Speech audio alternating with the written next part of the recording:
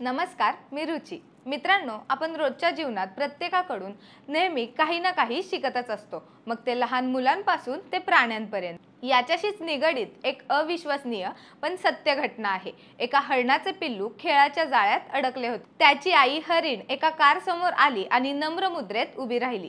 वाहन मालकाने थोडंसं समजून घेण्याचा प्रयत्न केला आणि आजूबाजूला पाहिले तर हरणाचे पिल्लू एका खेळाच्या जाळ्यात अडकले होते। त्या वाहन मालकाने अडकलेल्या पिल्लाला जाळ्यातून सोडवले। त्यानंतर जी गोष्ट घडली ती थक्क करून देणारी होती। काही वेळाने ते लहानसे पिल्लू धावत धावत येऊन मालकासमोर नतमस्तक होते।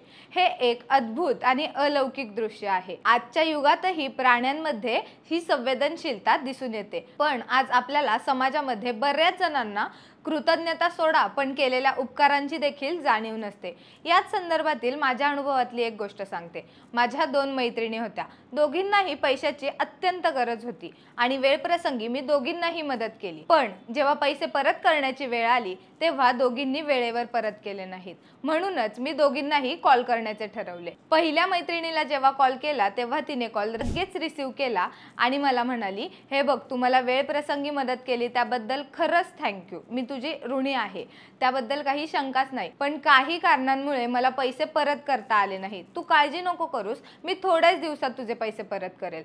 तसेच मी दुसऱ्या मैत्रिणीला जेव्हा कॉल केला तेव्हा पहिली गोष्ट तिने माझा कॉल रिसीव केला नाही। नंतर मी तिच्या घरी गेले, तिला विचारलं की पैशांचं काय झालं, तेव्हा तिने मला उद्धटपणे उत्तर दिली की मी तुझे पैसे घेऊन पळून जाणार आहे का, मी काय तुझे पैसे खाणार आहे का, असा तिचा ॲरोगंट ॲटिट्यूड होता। आता तुम्हीच सांगा, जेव्हा नंतर कधी यांना पैशांची गरज लागेल तेव्हा मी कोणाला मदत करेल? ऑफकोर्स पहिल्या मैत्रिणीला। यालाच तर आपण पॉवर ऑफ ग्रॅटिट्यूड म्हणजेच कृतज्ञतेची शक्ती म्हणतो ना।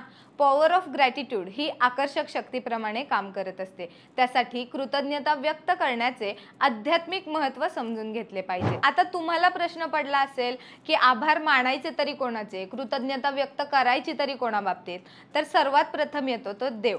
आपल्याला तो कळत न कळत आपल्याला पाहिजे असलेल्या सगळ्या गोष्टी देतो, आपल्या मागे उभा राहतो, आपल्या मागे खंबीरपणे त्याची साथ असते। तर पहिले तुम्ही देवाचे आभार माना, मग आपल्या आई वडिलांचे, आपल्या गुरुजनांचे, आपल्या शिक्षकांचे, तसेच जे तुम्हाला रोजच्या आयुष्यात कळत न कळत मदत करत असतात, आपल्या सोबत असतात, त्यांचे आभार तुम्ही नक्की मानायला पाहिजे। कृतज्ञता आणि कृतज्ञता हे 2 खूप छोटेसे शब्द तुमच्या विचार क्षमतेची, तुमच्या व्यक्तिमत्वाची, तुमच्या जीवनशैलीची आणि पर्यायाने तुमच्या आयुष्याची दिशा ठरवतात। मित्रांनो, आयुष्य हे खूप सुंदर आहे, त्यामुळे एकमेकांना जीव लावा, समजून घेत चला। काही चुकलं तर माफी मागा आणि समोरच्याने माफी मागितली तर मोठ्या मनाने माफ करा।